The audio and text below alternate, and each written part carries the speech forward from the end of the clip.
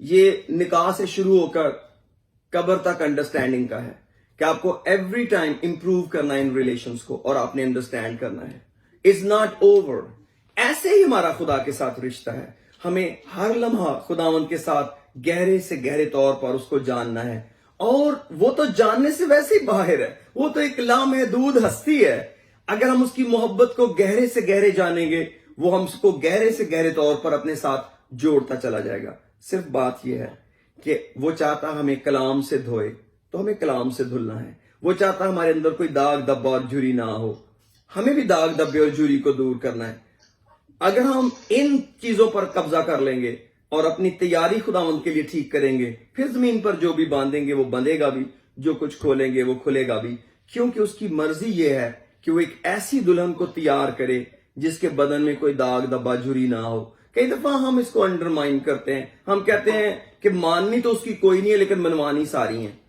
یا زمین پر ایسا ہو سکتا ہے. That's good idea. That's right idea. کہ ماننی تو کوئی نہیں ہے، منوانی ساری ہیں. یا that's right idea. But this is not heavenly idea. It is a rubbish idea. ہم نے ماننا بھی ہے، منوانا بھی ہے. ماننا پہلے ہے، منوانا بعد میں ہے. جب ماننا شروع کریں گے، اور ماننا کیا ہے؟ تمہارے بدن میں کوئی داغ دھبا جھری یا کوئی ایسی چیز نہ ہو. جیسے ہم خداوند کہتے ہیں خداوند میں تیرے لیے پاک بن جاؤں گا، میں تیرے لیے سارے داغوں کو دور کروں گا. Then he start blessing in my hands. پھر ہم زمین پر کچھ باندھنے اور کھولنے لگتے ہیں اور آپ کو دعاؤں کا جواب ملنا شروع ہوتا ہے. لیکن اگر ہم کہیں میں نے خدا تیری کوئی بات نہیں ماننی، لیکن ہم دو لوگ متفق ہو گئے ہیں، تو میرے کل کر ہو جائے گا شاید، مگر 50-50 کے چانسز ہیں. میرے خیال میں تو نہیں، کیونکہ خداوند جو چیز چاہتا ہے وہ ہمیں بیوٹیفائی کرنا چاہتا ہے. وہ مجھے، میری اور آپ کے بدن پر کام کرنا چاہتا ہے. اپنے سروں کو جھکاتے ہیں اور کچھ دیر کے لیے اس کلام کو اندر لیں. میں چاہتا ہوں ان آیات کو، اس اتھارٹی کو. لیکن میری آپ سے ایک منت ہے، اپنے لیے بھی اور آپ کے لیے بھی. آپ افسیوں 5 باب کی آیات کو پہلے دل میں رکھیں، پھر آپ میتھیو 18 میں جائیں. خود اپنے اندر سیکوینس بنائیں کہ خداوند نے میرے لیے اپنے آپ کو موت کے حوالے کیا. کئی لوگوں کا خیال ہے وہ پوری دنیا کے لیے حوالے ہو گیا تھا. ہاں، پوری دنیا کے لیے حوالے ہوا تھا، لیکن جائے گی دلہن. کسی کو بھی اس موت کا فائدہ نہیں ہے اگر ہمارا ایمان اس پر نہیں ہے. جب ہم اس پر ایمان لاتے ہیں، پھر ہم اس کی دلہن کلیسیا بنتے ہیں، تو الٹیمیٹلی وہ صرف دلہن کے لیے اس لیے پر گیا ہے. دنیا تو جہنم میں چلی جائے گی. دنیا کو اس نے انوائٹ کیا ہے، دنیا کو اس نے اپنا بلڈ آج آفر کیا ہے میرے اور آپ کے ذریعے. وہ پوری دنیا کو پکار کے کہتا ہے توبہ کرو کیونکہ آسمان کی بادشاہی نزدیک آ گئی ہے. لیکن جیسے ہی لوگ توبہ کرتے اور اس کے نام میں پانی کا بپتسمہ لیتے اور پاک روح پاتے ہیں، وہ دلہن کلیسیا میں شامل ہو جاتے ہیں. اور پھر وہ کلیم کرتے ہیں خداوند تو میرے لیے مر گیا صلیب پر، اور اس کو اپنے داغ دھونے دیں. اس کلام سے، اس کلام کے ساتھ سٹرگل نہ کریں، میری طرح کریں. جب میں کلام سے پورا نہیں اترتا تو میں کہتا ہوں خداوند میں ہار گیا. میں کہتا ہوں خداوند میں ہار گیا. آپ خداوند کو بتائیں میں ہار گیا، ہو میں ہار گیا. اور جب آپ اس کو اپنی ہار بتائیں گے، وہ آپ کی ہار کو جیت میں بدل دے گا. اس کے اندر یہ قدرت ہے. وہ آپ کے لاس پرووائڈ کرے گا، وہ آپ کے سارے بل پے کرے گا، کیونکہ اس نے میری اور آپ کی پرورش کا ذمہ لے رکھا ہے اور وہ ہمیں مہیا کرتا ہے. لیکن اگر ہم کہیں مالک میرے راجا، میں اپنے بدن کے ہر داغ کو دھو ڈالوں گی، اپنے بدن کا ہر داغ دھو ڈالوں گا، کوئی ایک بھی wrinkle, there will be no spot in my body. I will make it all clean. You help me out to deal with this mess of my life. And he will start working. He will start working.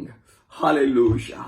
اور جب آپ اس دوڑ پر شروع ہو جائیں گے، اپنی صفائی پر لگ جائیں گے، پھر وہ آپ کے ہاتھ میں کچھ دے گا. آپ کچھ باندھنے اور کھولنے والے بن جائیں گے.